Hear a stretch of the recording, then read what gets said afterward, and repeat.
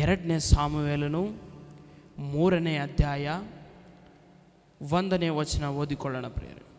2ನೇ ಸಾಮುವೇಲನು 3ನೇ ಅಧ್ಯಾಯ 1ನೇ ವಚನ. ಬಹು ದಿವಸಗಳವರೆಗೆ ಸೌಲನ ವಂಶದವರಿಗೂ ದಾವೀದನ ವಂಶದವರಿಗೂ ಯುದ್ಧ ನಡೆಯಿತು. ದಾವೀದನು ಬಲಗೊಳ್ಳುತ್ತಾ ಬಂದನು, ಸೌಲನು ವಂಶದವರು ದುರ್ಬಲವಾಗುತ್ತಾ ಬಂದಿತ್ತು. ಇಲ್ಲಿ 4 ಗೋರ್ಮೆಂಟ್ ಇದ್ದಾವೆ, ಪ್ರಭುತ್ವಗಳಿದ್ದಾವೆ. 4 ಪ್ರಭುತ್ವಗಳಿದ್ದಾವೆ. 1ನೇದು ನೆಬೂಕದ್ನೆಚ್ಚರ್ ಅವ್ರ ಮಗ ಬೆಲ್ಶಾಬಸ್. 4 ಪ್ರಭುತ್ವಗಳು ಬದಲಾಯಿದವು. ದಾನಿಯೇಲನ ಮಾತ್ರ ದೇವರ ಕೃಪೆಯಿಂದ ವರ್ಧಿಲ್ಲುತ್ತಾ ಇದ್ದಾನೆ ಪ್ರಿಯರೇ. 1ನೇದು ನೆಬೂಕದ್ನೆಚ್ಚರ್ ಅವ್ರ ಮಗ ಬೆಲ್ಶಾಬಸ್. 3ನೇದು ದರ್ಯಾವೇಶ. 4ನೇದು ಕೋರೇಷ ಎಂಬುದಾಗಿ. ಇಷ್ಟು ಪ್ರಭುತ್ವಗಳು ಬದಲಾಯಿದರು, ಎಷ್ಟೋ ಮುಖ್ಯಮಂತ್ರಿಗಳು ಬದಲಾಯಿದರು, ಇಷ್ಟು ಚಟಗಳು ಬಂದವು, ಇಷ್ಟು ಗೋರ್ಮೆಂಟ್ಗಳು ಬಂದವು. ದಾನಿಯೇಲನು ವರ್ಧಿಲ್ಲುತ್ತಾ ಇದ್ದನು, ಆತನು ವೃದ್ಧಿ ಆಗ್ತಾ ಇದ್ದನು, ವರ್ಧಿಲ್ಲುತ್ತಾ ಇದ್ದನು. ದಾವೀದನು ಅಷ್ಟಕ್ಕಷ್ಟಕ್ಕೆ ಪ್ರಬಲಿಸಿದನು. ದಾವೀದನು ಅಷ್ಟಕ್ಕಷ್ಟಕ್ಕೆ ಪ್ರಬಲಿಸಿದನು. ನಿರಸಿಸಿದ್ದು, ನಾಶನವಾಗಿದ್ದು ಯಾರು? ಸೌಲನು. ಸೌಲನು ಯಾರು? ಸೌಲ ಯಾರು? ಲೋಕಸ್ಥನ. ಸೌಲ ಯಾರು? ಬೇರೆದವನ? ಪರಿಸಯದವನ? ಸೌಲ ಯಾರು? ಲೋಕಸ್ಥದವನ? ಸೌಲ ಅಭಿಷೇಕ ಇಲ್ಲದವನ? ಸೌಲನು ಕ್ರೈಸ್ತ ಯಾತವನ? ಸೌಲ ಯಾರು? ಶಾಶ್ವತವಾಗಿ ಇಸ್ರಾಯೇಲರ ಅರಸನಲ್ವಾ? ಇಸ್ರಾಯೇಲರಿಗೆ ರಾಜನಲ್ವಾ? ಮೊದಲನೇ ಇಸ್ರಾಯೇಲರಿಗೆ ರಾಜನಲ್ವಾ ಸೌಲನು? ದೇವರ ಕೈಯಿಂದ ಅಭಿಷೇಕಿಸಲ್ಪಟ್ಟವನ ಅಲ್ವಾ? ದಾವೀದನಿಗೆ 100% ಸಾಯಿಸುವುದಕ್ಕೆ ಆರ್ಡರ್ ಬಂದಿದೆ, ಒಪ್ಪಲಿಲ್ಲ. ದಾವೀದನು ವಸ್ತ್ರದ ಚೆಂಗು ಕಟ್ ಮಾಡ್ಕೊಂಡು ಬಂದನು ಪ್ರಿಯರೇ. ದಾವೀದನಿಗೆ ಜನರು ಹೇಳ್ತಾ ಇದ್ದಾರೆ, ನಿನ್ನ ದೇವರು ಇಷ್ಟು ಅವಕಾಶ ಕೊಟ್ಟಿದ್ದಾರೆ ಸೌಲನ್ನು ಸಾಯಿಸೆಂಬುದಾಗಿ, ನೀನು ಆತನನ್ನು ಕೊಲ್ಲದಾಗಿ ನೀನು ಹಿಂದೆ ತಿರುಗಿ ಬಂದಿದೆ, ಕೆಲಸಕ್ಕೆ ಬರಲಾರ್ದವನೇ ಎಂಬುದಾಗಿ ದೂಷಿಸುತ್ತಾ ಇದ್ದಾರೆ ದಾವೀದನಿಗೆ. ದಾವೀದನು ಹೇಳ್ತಾ ಇದ್ದಾನೆ, ಯೆಹೋವನ ಕೈಯಿಂದ ಅಭಿಷೇಕಿಸಲ್ಪಟ್ಟವನು, ಆತನು ಯೆಹೋವನಿಂದ ಅಭಿಷೇಕಿಸಲ್ಪಟ್ಟವನು, ಸಾಯಿಸಬಾರ್ದವನನ್ನು.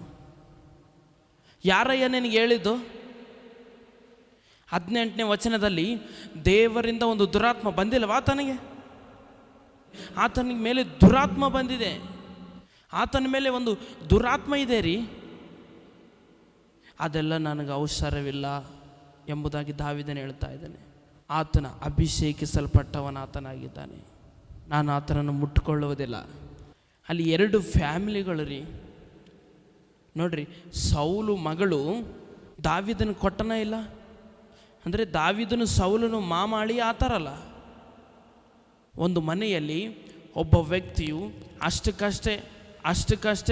ಅಷ್ಟಕ್ಕಷ್ಟೇ ಬೆಳೀತಾ ಇದ್ದಾನೆ, ವರ್ಧಿಲ್ಲುತ್ತಾ ಇದ್ದಾನೆ, ಅಭಿಷೇಕ ಪಡ್ತಾ ಇದ್ದಾನೆ, ಸಂತೋಷಿಸ್ತಾ ಇದ್ದಾನೆ. ಇನ್ನೊಬ್ಬನು ಕೃಂಗಿ ಹೋಗ್ತಾ ಇದ್ದಾನೆ, ನಿರಸಿಸುತ್ತಾ ಇದ್ದಾನೆ,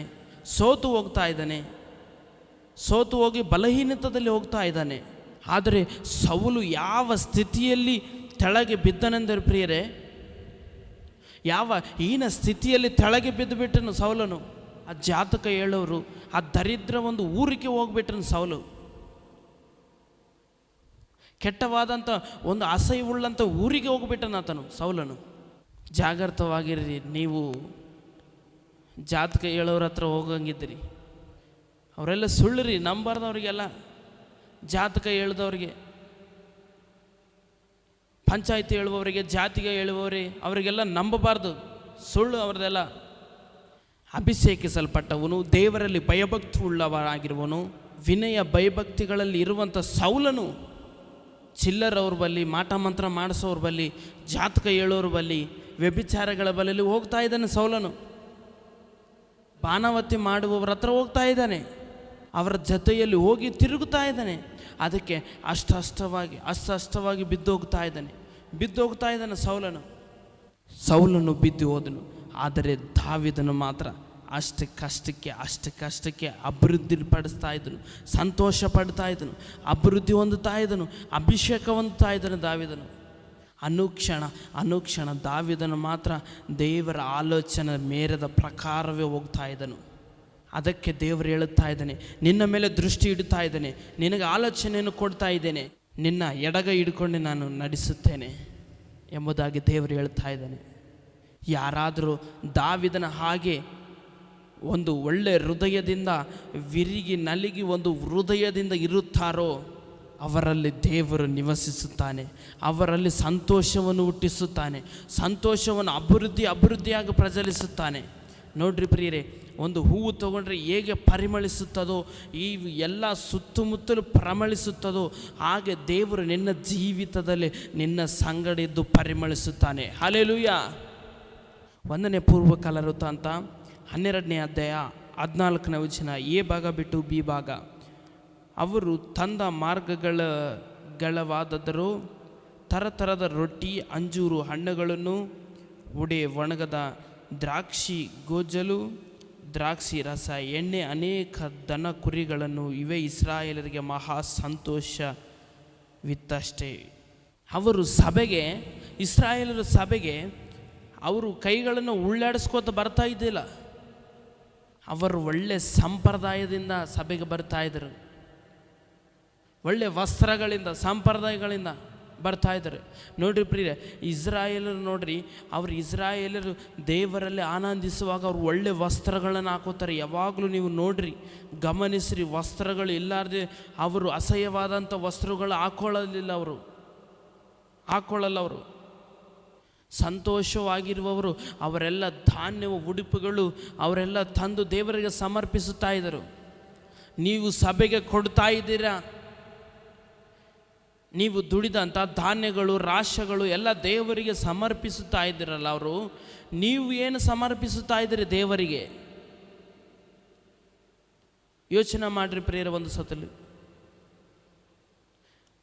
ಅವ್ರಕ್ಕಂತೆ ನಾವು ಹೆಚ್ಚಿನವರ ದೇವರವರೊಂದಿಗೆ ಮಾತನಾಡ್ತಾ ಇದ್ದರು, ನಮ್ಮೊಂದಿಗೆ ಎದಕ್ಕೆ ಮಾತನಾಡ್ತಾ ಇಲ್ಲ? ಪರೀಕ್ಷಿಸ್ಕೊಳ್ಬೇಕು ನಾವು ನಮ್ಮನ್ನು ನಾವೇ. ನೋಡ್ರಿ ಪ್ರಿಯರೇ, ಹೇಬೇಲನು ಅರ್ಪಣವು ದೇವರು ಮೆಚ್ಚಿದನ ಇಲ್ಲ? ಹೇಬೇಲನ ಅರ್ಪಣವು ದೇವರು ಮೆಚ್ಚಿದನು.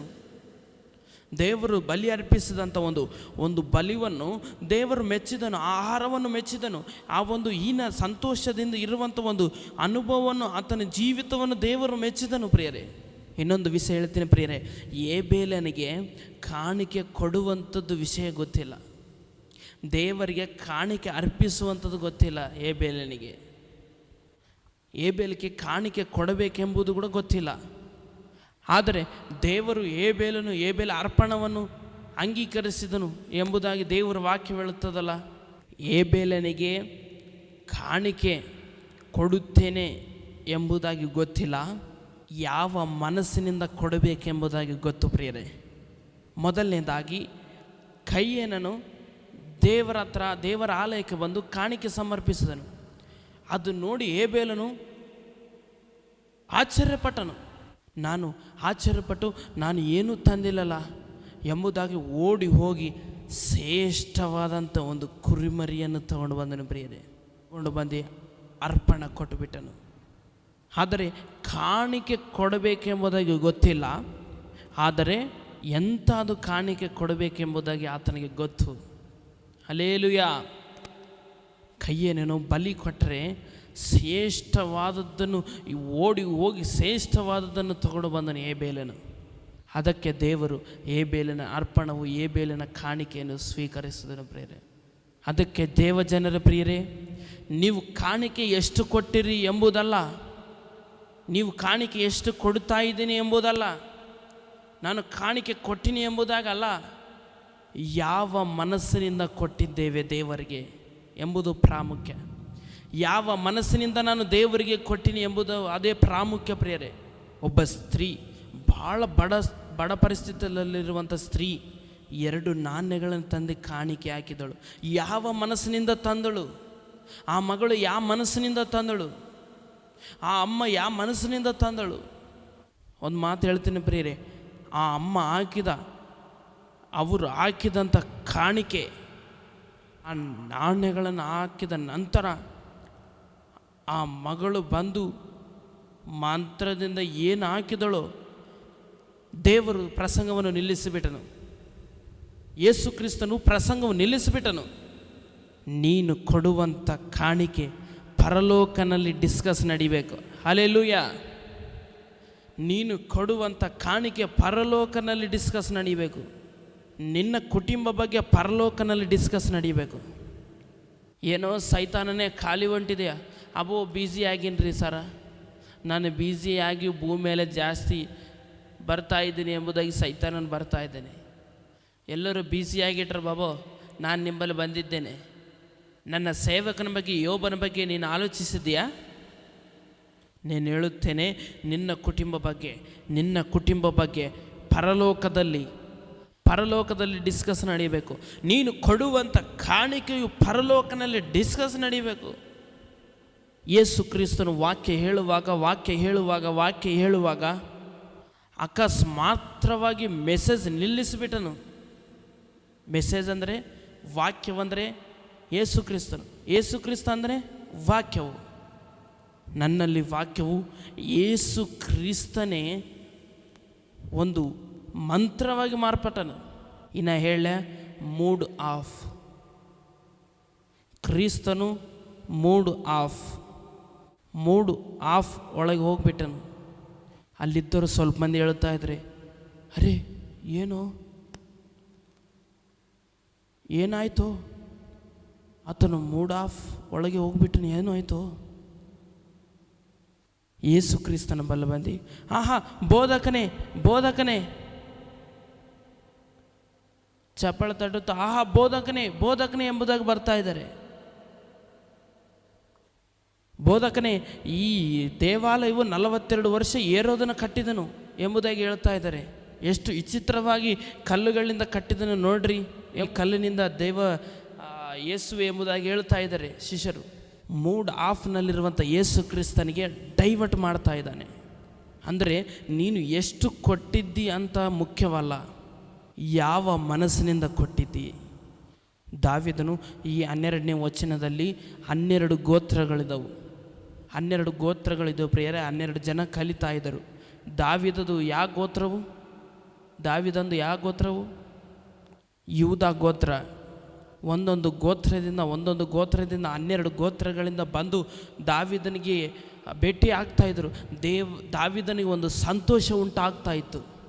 ಜನರು ವಿಸ್ತರಿಸುತ್ತಾ ಇದ್ದರು, ಜನರು ಸಂತೋಷ ಪಡಿಸ್ತಾ ಇದ್ದರು ದಾವೀದನಿಗೆ.